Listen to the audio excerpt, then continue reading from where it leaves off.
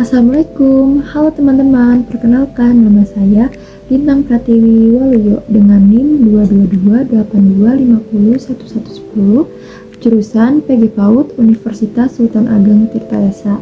Pada video kali ini saya akan membahas tentang hambatan dalam pembelajaran, khususnya yang sering terjadi pada anak di kelas.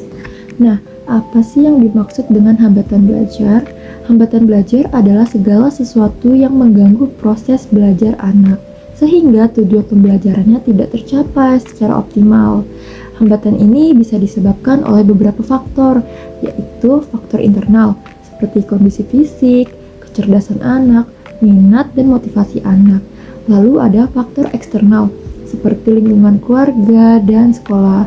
Yang terakhir ada faktor media sosial yang mengganggu fokus dan menurunkan minat belajar si anak.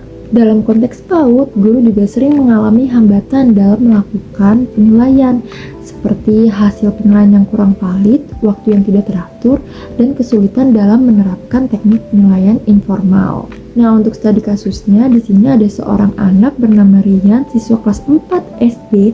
Dia sebenarnya bisa membaca di rumah, tetapi di sekolah nilainya rendah saat mengerjakan soal membaca teks panjang.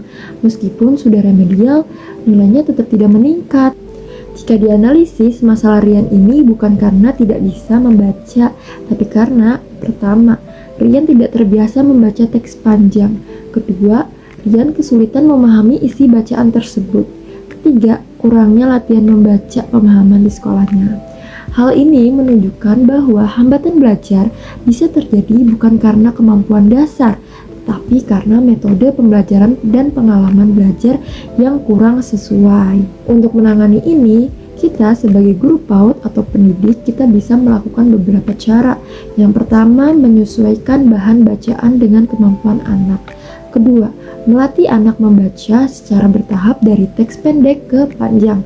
Ketiga, meningkatkan minat baca melalui cerita yang menarik. Keempat, mengajarkan pemahaman makna kata bukan hanya membaca. Kelima, bekerja sama dengan orang tua untuk melatih anak di rumah.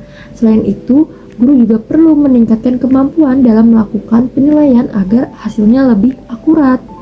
Untuk kesimpulannya, hambatan belajar adalah hal yang wajar terjadi pada anak. Namun sebagai calon guru PAUD, kita harus mampu memahami penyebab dan memberikan penanganan yang tepat. Karena setiap anak itu unik dan membutuhkan pendekatan yang berbeda-beda. Sekian materi yang bisa saya sampaikan, kurang lebihnya mohon maaf. Wassalamualaikum warahmatullahi wabarakatuh.